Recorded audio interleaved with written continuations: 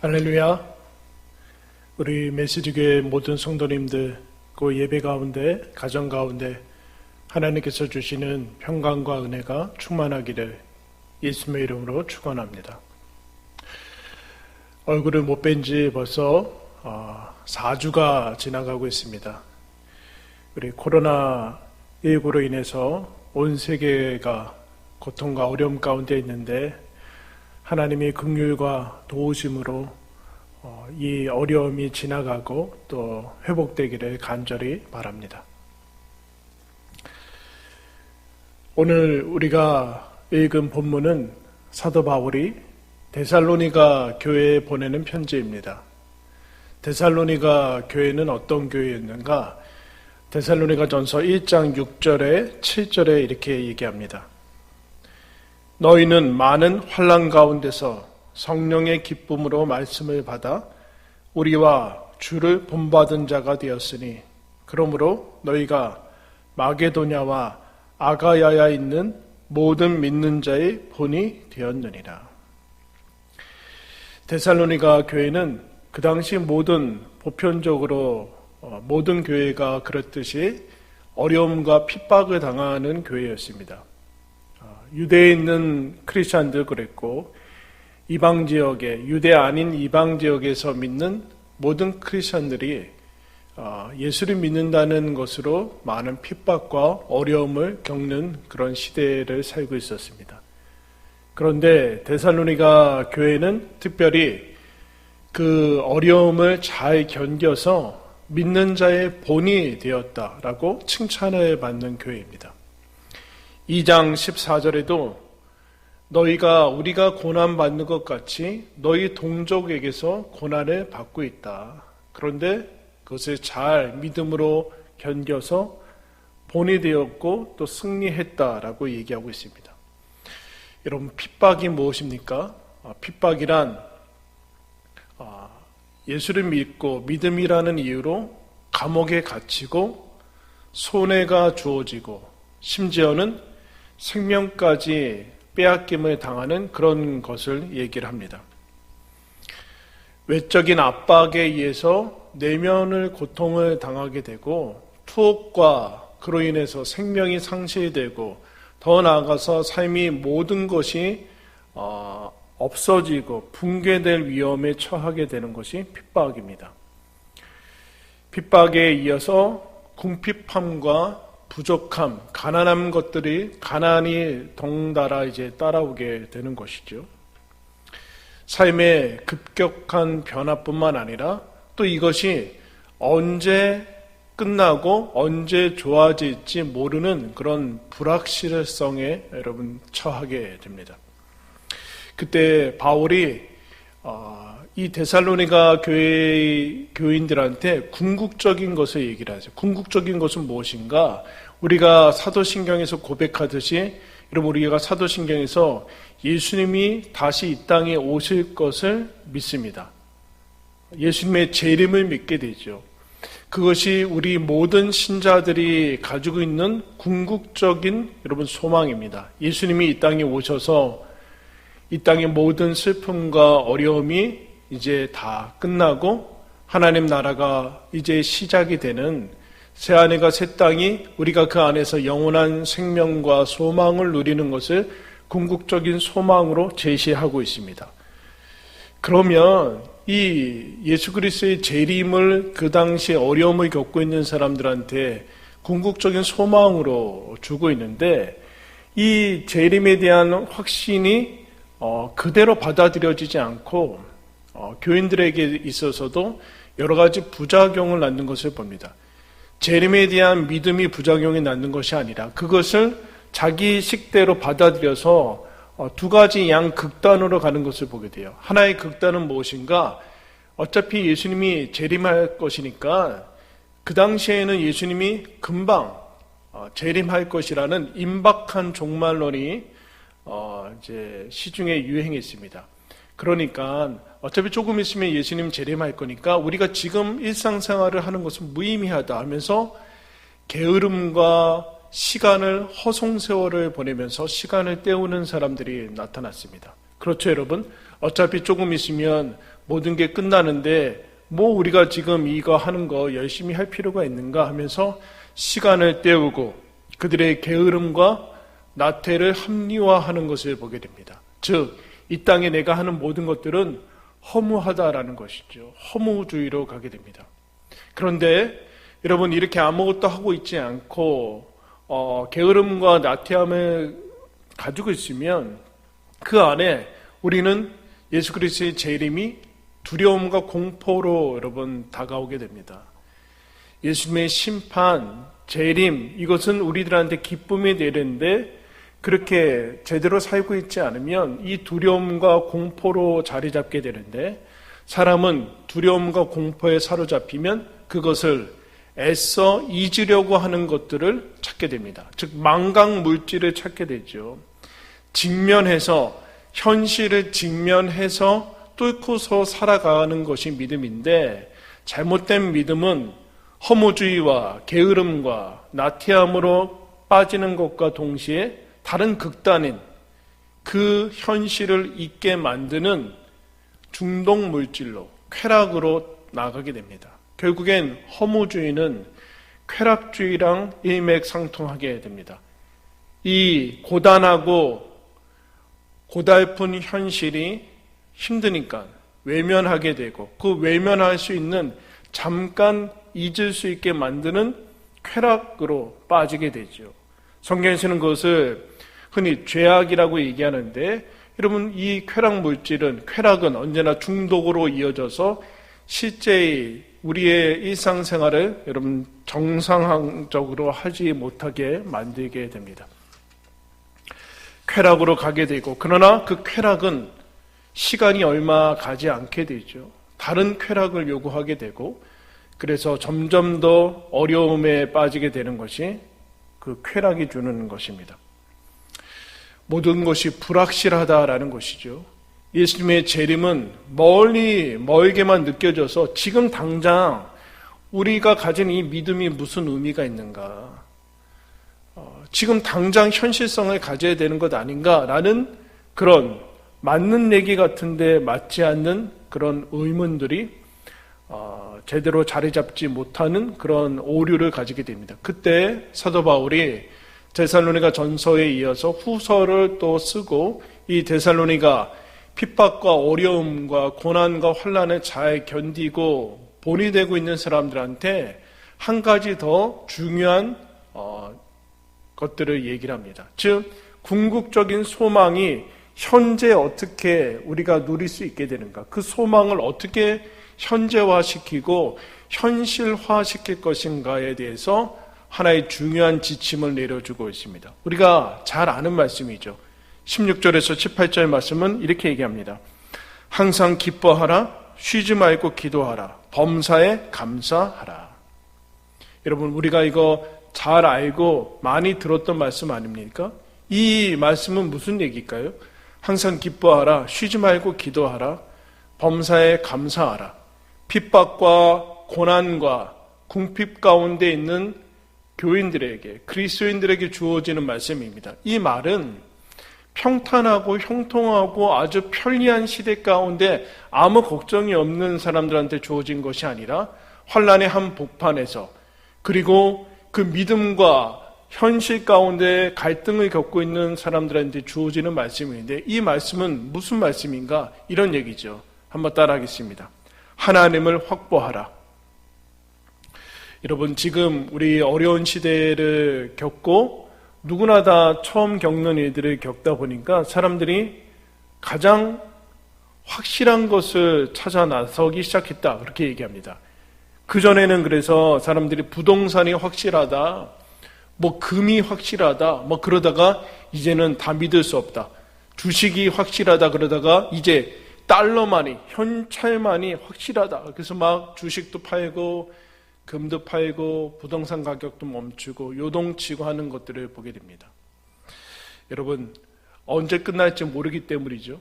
모든 것이 불확실하기 때문에 그렇습니다. 언제 끝날지도 모르고, 또 우리나라에 국한된 것이 아니라 전 세계에 걸쳐서 나타나는 현상이기 때문에 어디에도 안전한 곳은 없는 것을 보게 됩니다. 이것이 속히 끝나기를 바라지만 언제 끝날지 모르는 그런 불확실성이 우리를 공포와 두려움에 사로잡히게 합니다. 그런데 여러분 보십시오.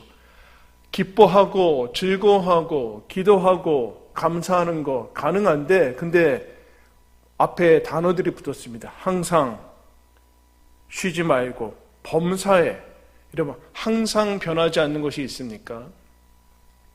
쉬지 않고 언제나 어디서든지 가능한 것이 있습니까? 그리고 모든 일에 적용될 만한 것이 있습니까? 그것이 있다. 무엇인가? 하나님이다. 하나님. 하나님만이 항상이고 하나님만이 범사를 주관하시고 하나님만이 언제나 어디서든지 영원한 하나님이다. 영원하신 존재가 하나님이다 라고 얘기를 하고 있어요. 그러므로 여러분, 우리가 추구하고 있는 기쁨, 즐거움, 평안함 이런 것들은 홀로 존재하지 않습니다. 기쁨, 감사, 기도라는 것은 하나님이 연결될 때만이 가능한 일이죠. 더 나아가서 항상 쉬지 않고, 그리고 범사, 그 모든 것, 불확실하지 않고 가장 확실한 것은 하나님에게서만 나온다라는 그 뜻입니다.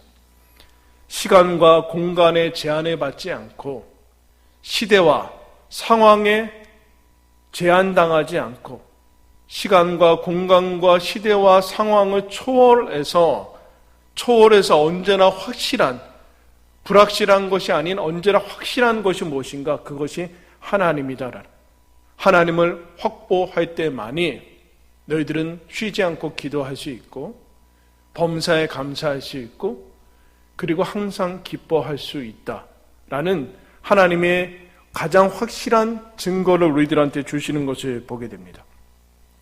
기쁨과 감사, 그리고 평안함, 그리고 하나님과 언제나 연결될 수 있는 그것은 하나님이 계실 때만에, 즉 너희와 언제나 함께 하시는 하나님을 믿을 때만이, 그 임재에 눈뜰 때만이 확보되는 것이다. 그러므로 하나님을 확보해야 된다.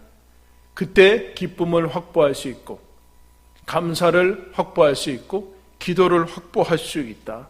하나님이 뭐라고 얘기하신가? 이것은 언제나 너희들한테 가능하다, 주어져 있다, 그렇게 얘기합니다.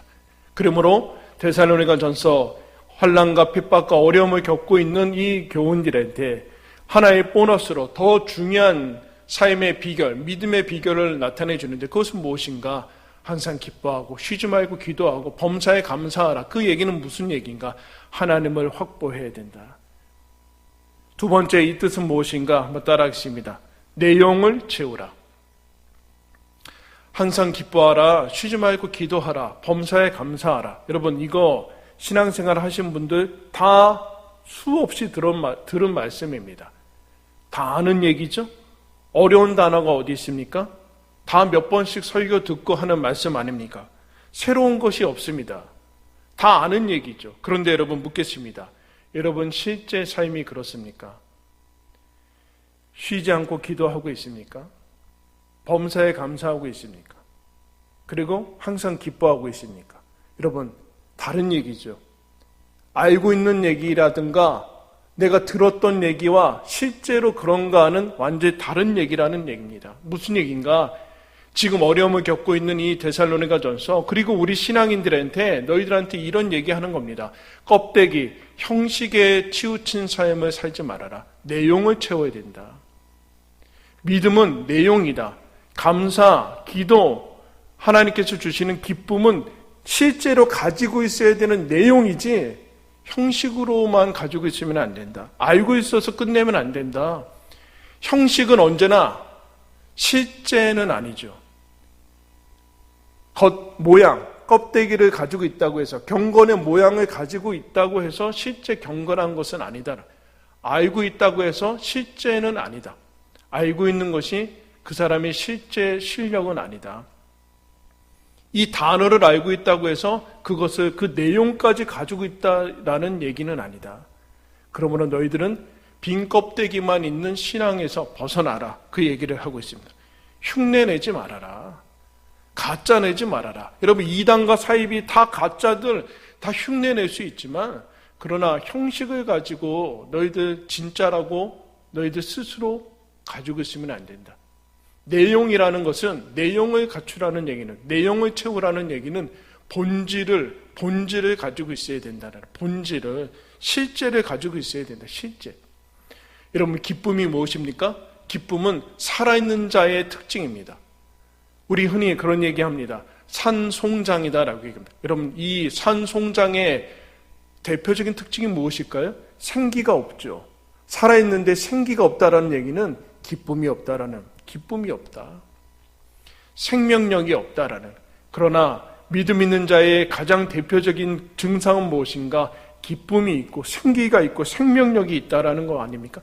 기도란 의식, 이런 무슨 의식이 아니라 하나님께서 나와 함께 하셔서 내가 그와 함께 같이 있고 연합되어 있다라는 그 의식, 하나님이 나와 함께 하고 있다는 이 임재 의식에서 나타나는 것이 자연스럽게, 여러분, 아무도 없지만 내 눈에 육안으로 보이지 않지만 당연히 하나님께 기도하는 것이 여러분 살아있는 자의 특징 아닙니까? 이것이 신자의 내용 아닙니까? 내용 아닙니까? 감사하는 거, 감사하다라는 얘기는 하나님을 향한, 신을 향한, 우리의 모든 것을 주신 하나님 아버지를 향한 충만한 믿음의 고백이요, 예배이죠. 그래서 여러분 시편 50편에 이렇게 얘기합니다. 감사로 제사를 드리는 자가 하나님을 영화롭게 한다. 제물을 갖다 바치고 죽은 번제를 갖다 바치는 것이 핵심이 아니라 내용을 갖춰야 된다. 내용은 무엇인가? 감사다. 하나님께서 주시는 감사. 여러분, 제가 교회 예배당에 오다 보니까 벌써 봄은 와서 개나리가 여러분 길가에 활짝 피고 있습니다. 노랗게 개나리가 피고 있어요. 하나님께서 일하고 계시는 거죠. 여러분, 감사할 것이 넘쳐나오고 있습니다. 여러분, 그것이야말로 하나님께서 우리를 영화롭게 받으시는 제사다라고 얘기합니다. 내용을 갖춰라. 궁극적인 소망을 갖추고 있는 현재, 지금 고난당하고 핍박당하고 어려움을 겪고 있는 그 믿음의, 신자의 현실 속에서 갖추고 있는 그 믿음의 실제 내용은 무엇인가? 내용을 갖춰야 된다. 내용을 갖춰야 된다. 하나님을 확보하고, 하나님을 확보할 때 우리에게 주어진 가장 중요한 내용들이 채워지고, 쉬지 말고 기도하고 범사에 감사하고 항상 기뻐하라는 뜻은 무엇인가? 세 번째, 한번 따라하겠습니다. 핵심에 집중하라.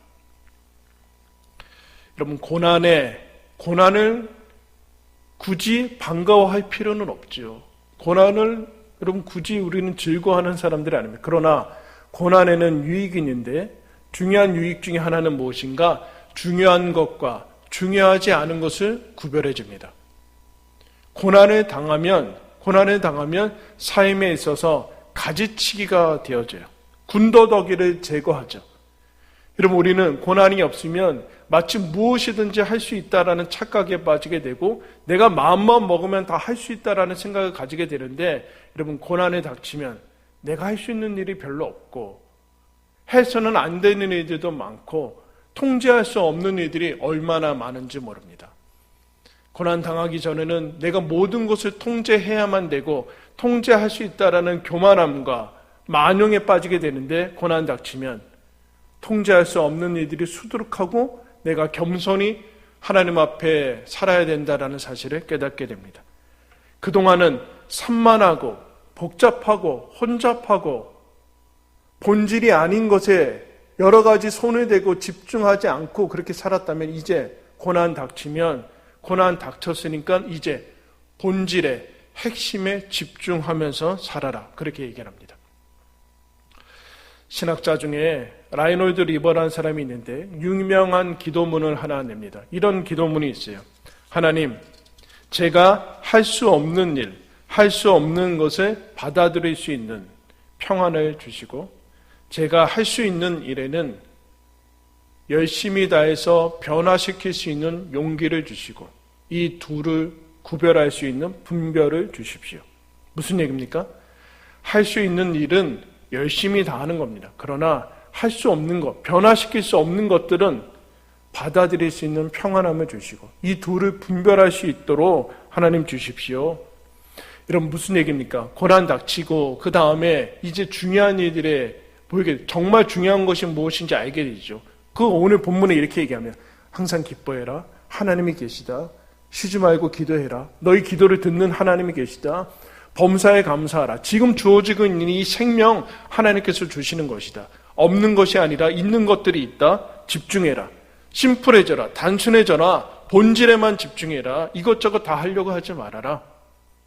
할 수 있는 일을 해라. 지금 여기서 오늘 주어진 하루에서 할 수 있는 일을 해라. 할 수 없는 일 하면서 언제 할 것인가 허송세월 보내지 말고 기도하면서 하나님께, 기도가 무엇일까요? 하나님께로 가는 겁니다. 하나님이 누구십니까? 우리 삶의 중심이요, 역사의 중심이요, 우주의 중심이요, 중심부로 가는 거죠. 핵심으로 가는 겁니다. 감사, 삶의 살아있는 활력의 중심부로 가는 거죠. 기쁨, 타성과 열정도 잊어버리고 그냥 생존에만 빠져 있었던 우리들,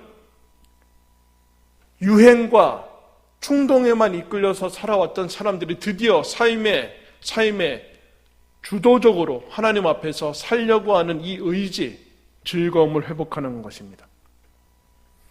사랑하는 메시지교회 성도 여러분, 항상 기뻐하고 쉬지 말고 기도하고 범사에 감사하라. 왜 그런 얘기합니까? 바울이 얘기합니다. 이것이 너희를 향한 하나님의 뜻이다. 무슨 얘기입니까? 그리스도 예수 안에 있는 너희들을 향한 하나님의 마음이다.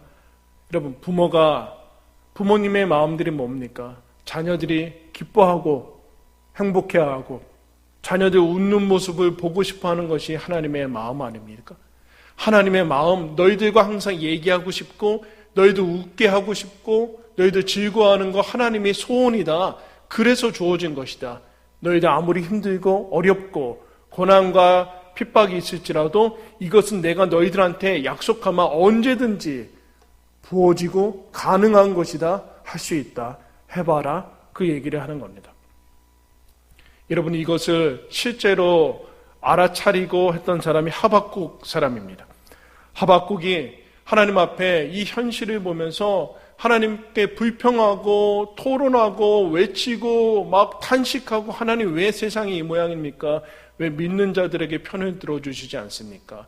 어떻게 믿는 자들한테, 믿는 이스라엘의 바벨론, 아수르 이 외적들을 향해서 하나님 심판하십니까?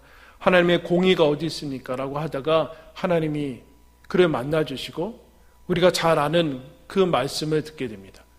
하박국 3장은 기도로 이루어지고 찬양으로 마치게 되는데 우리가 잘 아는 그 말씀이 나와 있어요. 3장 17절부터 19절까지 제가 읽겠습니다. 비록 무화과 나무가 무성하지 못하며 포도나무에 열매가 없으며 감람나무에 소출이 없으며 밭에 먹을 것이 없으며 우리의 양이 없으며 외양간에 소가 없을지라도 나는 여호와로 말미암아 즐거워하며 나의 구원의 하나님으로 말미암아 기뻐하리로다. 주 여호와는 나의 힘이시라. 나의 발을 사슴과 같게 하사 나를 나의 높은 곳으로 다니게 하시리로다. 여러분, 철없는 말씀입니까? 현실과 너무 동떨어진 말씀입니까? 나의 상황과는 아무 상관없는 말씀입니까? 아니면 항상 기뻐하고 쉬지 말고 기도하라는 말씀과 함께 이 말씀은 현실과 동떨어진 평탄하고 형통할 때 주어진 것입니까? 그렇지 않습니다. 가장 어렵고 힘들고 핍박을 당하고 고난을 당하고 궁핍을 경험하는 그때 하박국과 사도 바울이 그리고 데살로니가 교인들한테 주어진 말씀입니다. 하나님만이 유일한 언제든 어디서든 기쁨의 근원이다. 감사의 이유다 라고 얘기하면 그분을 알고 그분을 확보하면 너희들은 기뻐할 수 있고 감사할 수 있으며 기도하면서 이 세상에서 분명히 현실 속에서 어려움을 당하지만 넉넉히 이기며 나아갈 수 있다.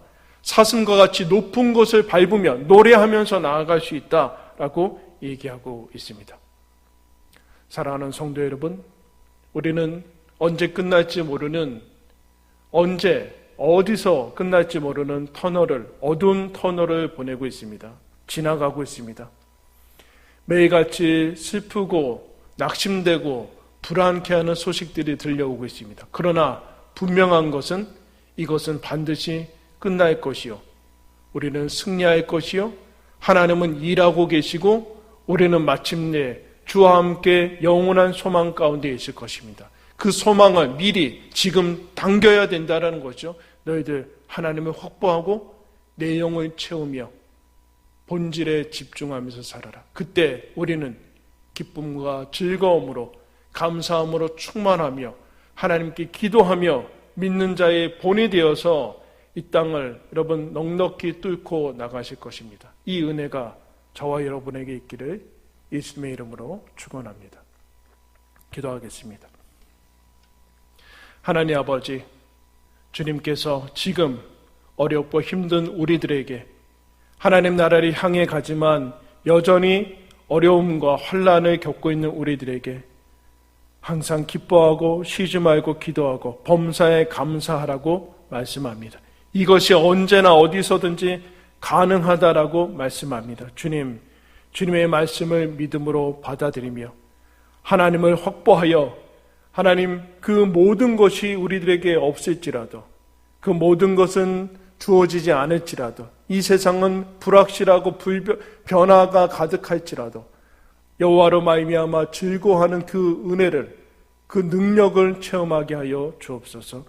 하나님 아버지, 우리의 형식이 아닌 하나님 믿음의 실제 실력을 갖추게 하여 주시고 내용을 갖추는 저희들 되게 하여 주옵소서. 하나님 우리 삶의 가장 중요한 것들에 집중하는 그 은혜를 저희들에게 허락하여 주옵소서. 마침내는 이 어려움이 지나 하나님과 함께 진정으로 기뻐하며 함께 모여 주를 찬양하게 될 것을 기대합니다. 주님 있는 자리에서 우리 사랑하는 메시지교회 모든 사람들, 가정들, 자녀들 그 있는 처소에서 하나님 바라보며 신앙이 주는 믿음이 주는 기쁨을 잊지 않고 감사하며 이 어려움을 넉넉히 이겨나가는 저희들이 되게 하여 주옵소서. 예수 그리스도의 이름으로 기도드리옵나이다. 아멘. 이제는 우리 주님 예수 그리스도의 은혜와 하나님 아버지의 사랑과 성령의 교통하심이 하나님께서 주시는 그 은혜와 믿음을 항상 기뻐하며 쉬지 않고 기도하며 범사에 감사할 수 있는 이 능력을 활용하며 사용하며 이 고난을 넉넉히 이겨나가기를 원하는 하나님의 사랑받는 메시지교회 모든 성도들 위해 그들의 가정과 생업과 자녀들과 우리 메시지교회 가운데 이 나라 민족 가운데 지금부터 영원토록 함께 하시기를 간절히 축원하옵나이다. 아멘.